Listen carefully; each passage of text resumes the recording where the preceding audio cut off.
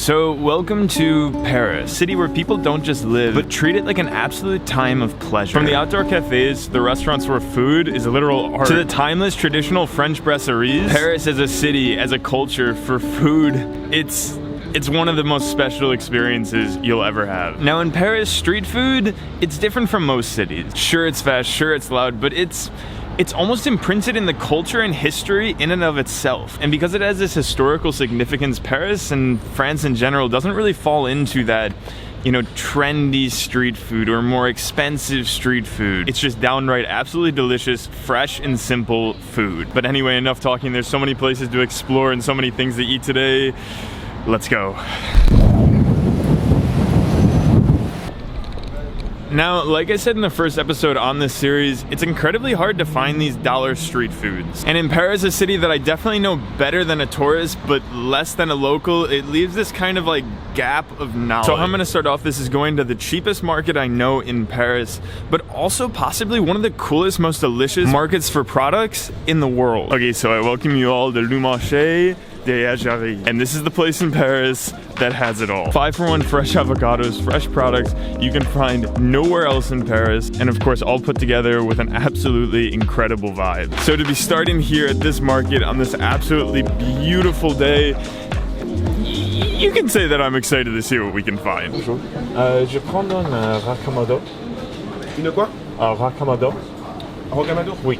Merci, monsieur. Oh man, that was without a doubt more of a tough decision than I ever thought it would be. Like I would walk around and see one food and I would go there and get like super excited. But then the problem was past that I saw another vendor where I was like, maybe I should check that out. And then this market here that goes on for actually like 3 streets turned into the building market, and then it turned into about like another 30 minutes of walking around and trying to decide. But anyway, the food that I went with is called racamado, which is an unpasteurized goat cheese from the south of France. Its texture is incredibly soft. For me, it's one of the most pungent and flavorful cheeses in all of France. Now the reason why I went with this food to get us started is cheese in France, it takes part in almost every situation in France, and also it's incredibly delicious here at this market. But anyway, this cheese just looks absolutely ridiculous, so let's dive into it.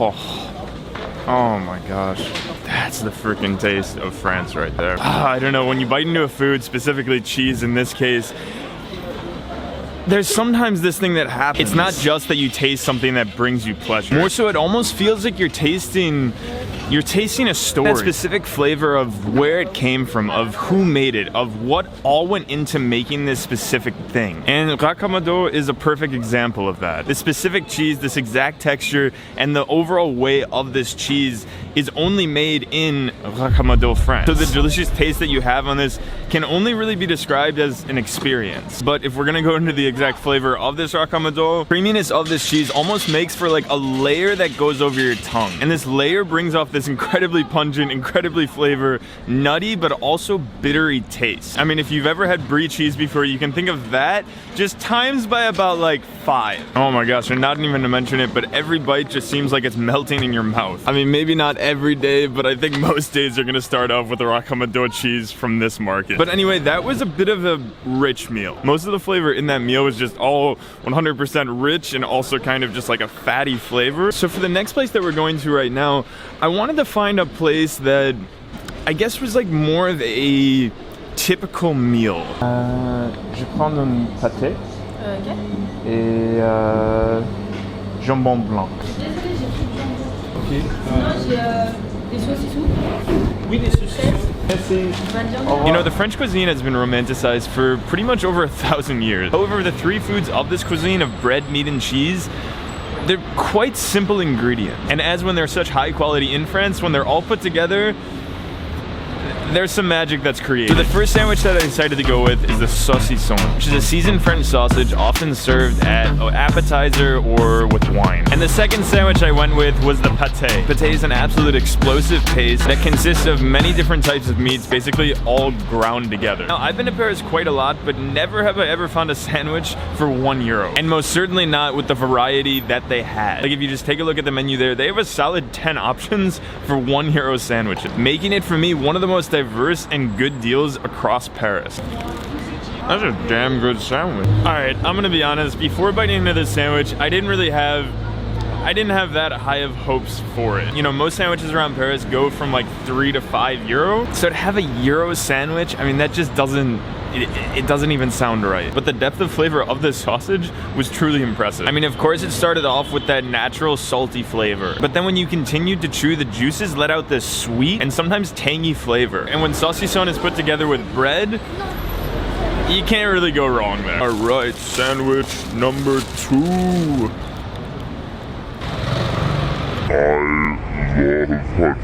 Pâté is that perfect connection between creamy and savory, but also the underlying meat flavor. Now on this specific sandwich itself, the pâté, sure, it's delicious, but when you get a 1 euro sandwich, you're not really looking at the best pâté in the world. Like if you go into a meat shop, the different levels of prices for pâté is usually quite dramatic. And that's mostly because pâté is made with pretty much every type of meat. So usually it goes the more expensive, the less kind of like diluted, the more kind of extreme flavors are attached to it. So although this pâté sandwich is amazing and it's crazy that it's just 1 euro, it does lack a tiny bit of like complexities if you're looking for more of a, I guess, like flavorful pâté. But I'm still overly impressed of this saucisson. Like to get this quality of saucisson in the wine bar, it's, you know, this is usually 2-3 euro like for a couple pieces. So to get a sandwich on top of that, it's literally just sprinkles on top of the sundae. Now something that I've been trying to be more mindful of lately is supporting places that not only serve delicious food, but also are doing something good for the world. And in this specific case, I'm talking about food waste. And this is especially the case in a city like Paris. You know, everywhere you look, there's bakeries, there's pastry shops, there's restaurants that only serve fresh food. But when you only serve something fresh, when you're only baking something for a few hours, that's when, you know, you start wasting a lot of food. However, there's one bakery in Paris that every Wednesday between the hours of, I believe, 4:30 and 8:30 sell their products for 50% off to try to throw as little food out and also make as big as a profit as possible. Je prends une chocolatine almond. Oui. Et une cookie. Oui. Holy crap, guys. Now, I've never been to that place before. When I saw the line outside of the bakery, I got a bit scared. I thought everything was going to be gone, but when I walked in, I literally found my favorite thing in any sort of bakery. This is an almond chocolatine. This is a dream of a pastry with a flaky outside crust and a smooth almond and chocolate inside. Now, because everything was 1, starting off so cheap, and 2, 50% off in the store, I had to go with the second item. They call it a chocolate chip cookie, but it looks more like a chocolate chip pie. This thing comes at only 60 cents, making it one of the deepest, but also one of the best deals I've ever gotten at a French baker. Now, one thing to note on this deal, everything in the store is 50% off. However, you have to buy a 50-cent baguette here to get that offer. But most items in the store are like 1 or 2 euros, so you're looking at, you know, either a euro or just over a euro in total price. And to be honest, having to buy a half of a baguette for 50 cents, it's a good problem to have. Yum, yum, yum, yum, yum. You know, every time I eat at a French bakery in France, it's the only country in the world that it makes me feel like I'm eating at my grandma's house all over again. It is that feeling of absolutely being homemade. And it's not that this bakery is anything like crazy special. Like, this cookie is very good for the bakery, but I guess like system of France, how Paris is laid out, how different bakeries serve to different people in the specific neighborhood. Like a bakery is not necessarily even a business, it's more of like an institution to that neighborhood and specifically that one street, which in a whole of freshness, not baking an industrialized like massive amount of pastries, and also baking for people that you know, it creates that kind of like grandma style feel. But anyway, now let's move on to my favorite pastry of France, the almond chocolatine. Oh my gosh, will you just take a look at the chocolate and the almond on the outside.